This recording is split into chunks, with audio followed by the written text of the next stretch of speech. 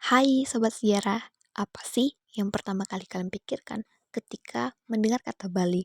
Mendengarnya saja, kita sudah dapat membayangkan betapa indahnya biru melentang luas. Tarian khas Bali di mana mata para penari yang selalu menjadi ikon tersendiri. Atau mungkin banyaknya pura yang selalu menampilkan kesan yang sakral dan megah. Bali memang merupakan magnet yang senantiasa menarik setiap peraga dari seluruh penjuru dunia. Namun, tahukah kita, di balik sang pesona fatamorgana yang ditampilkan, Bali menyimpan banyak goresan tinta emas. Pasang surut yang dialaminya dari masa ke masa mencipta cerita yang abadi. Dan cerita yang akan kami bawakan berjudul Perang Puputan. Jadi, dengarkan baik-baik ya. Nah, Bali sendiri memiliki dua perang puputan yang sangat terkenal. Yang pertama, Perang Puputan Jagaraga. Yang kedua, Perang Puputan Margarana.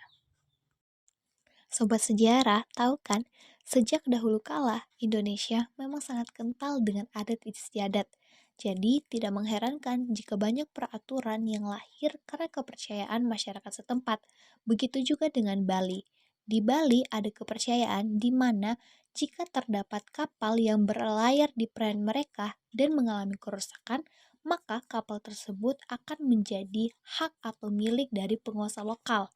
Nah, hukum ini dikenal dengan hukum tawan karam.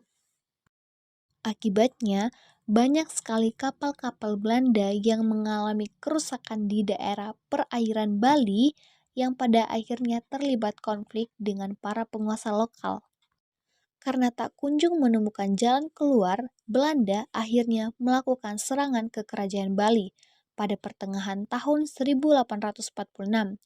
Setelah itu, pecahlah peperangan antara masyarakat Bali dengan tentara Belanda, yang akhirnya dimenangkan oleh Belanda, dan pada perang tersebut dihasilkanlah sebuah perjanjian damai yang berisi 1.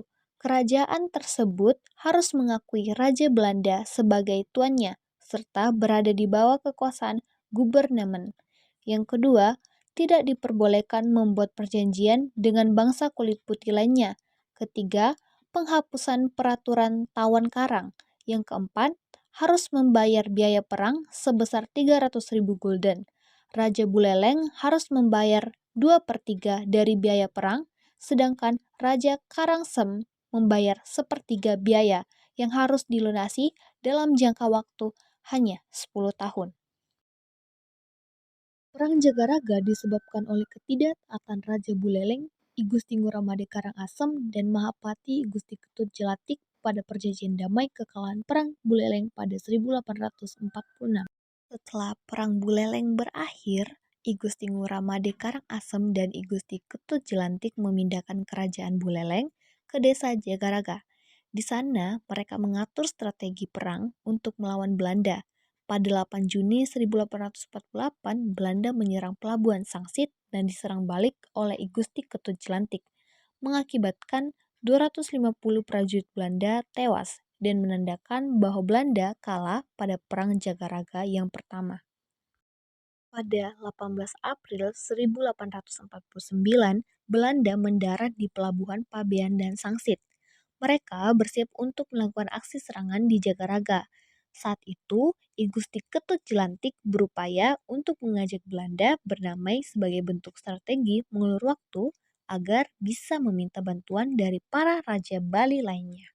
Sayangnya, perjanjian perdamaian yang ditawarkan ditolak oleh pihak Belanda dan I Gusti Ketut Jelantik kembali ke desa Jagaraga. Namun, ketika perjalanan pulang, benteng pertahanan milik Jagaraga sudah diserang Belanda. I Gusti Ketut Jelantik bersama Raja Buleleng meminta bantuan Raja Karangasem. Namun, di tengah perjalanan mereka diserang Belanda dan tewas dalam pertempuran. Di Jagaraga, Jro Jempiring bersama dengan pimpinan prajurit menyerukan perang puputan dan menghunuskan dua keris ke diri mereka sendiri. Agusti Kentut Jelantik adalah pahlawan nasional Indonesia yang berasal dari Karangasem, Bali. Ia merupakan pati kerajaan Buleleng. Ia berperan dalam Perang Bali pertama Perang Jagaraga, dan Perang Bali ketiga yang terjadi di Bali pada tahun 1849. Namun disayangkan ia gugur ketika peperangan berakhir, yaitu pada tahun 1849. Penyebab Perang Puputan Margarana. Perang Puputan Margarana di Bali disebabkan oleh hasil perjanjian Linggarjati antara Belanda dan Indonesia. Dalam perjanjian Linggarjati, salah satu isinya menyebutkan bahwa pengakuan Belanda secara de facto atau eksistensi negara Republik Indonesia hanya meliputi Sumatera, Jawa, dan Madura. Setelah perjanjian Linggarjati disepakati, maka pasukan Belanda harus meninggalkan daerah de facto itu paling lambat 1 Januari 1946. Itu artinya, perjanjian Linggarjati tidak memasukkan Bali sebagai bagian dari Republik Indonesia, yang membuat rakyat Bali kecewa dan kemudian memicu perlawanan. Selain akibat dari perjanjian Linggarjati, Perang Puputan Margarana juga dipicu oleh penolakan Letkol I Gusti Ngurah Rai yang saat itu menjadi kepala divisi Sunda Kecil terhadap Belanda untuk mendirikan negara Indonesia Timur. Kedatangan pasukan Belanda di Bali dengan tujuan ingin menyatukan Bali dengan wilayah negara Indonesia Timur lainnya turut menjadi alasan munculnya perlawanan. Kronologi Perang Puputan Margarana. Belanda mulai mendirikan Negara Indonesia Timur atau NIT setelah perjanjian Linggarjati disetujui kedua belah pihak. I Gusti Ngurah Rai kemudian pergi ke Yogyakarta dan mendapat gelar sebagai Komandan Resimen Sunda Kecil berpangkat Letnan Kolonel. Kedatangan Letkol I Gusti Ngurah Rai adalah untuk berkonsultasi dengan Markas Besar TRI untuk menolak bekerja sama dalam pembentukan NIT.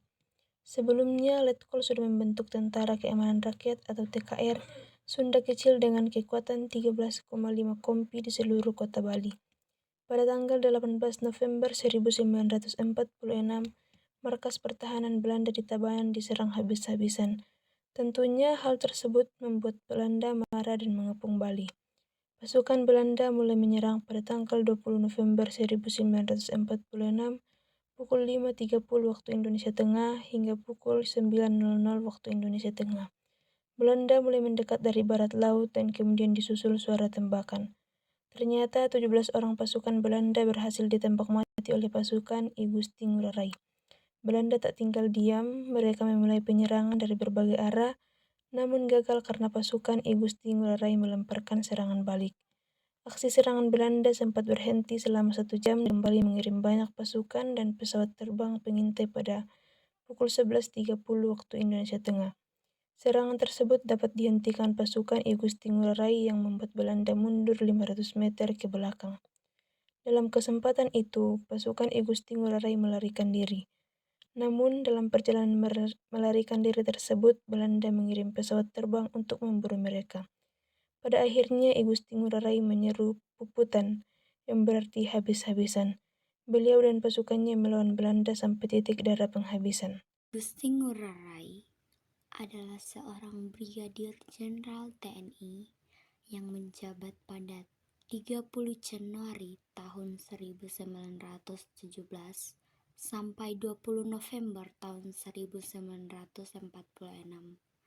Dia adalah seorang tokoh militer Indonesia yang berjasa dalam Perang Kemerdekaan.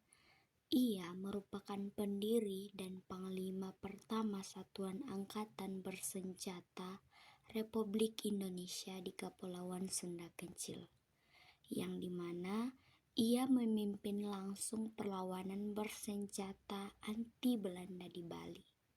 Namun sayangnya, ia gugur pada bulan November tahun 1946 dalam pertempuran dengan pasukan Belanda di dekat Desa Marga, Bali Tengah.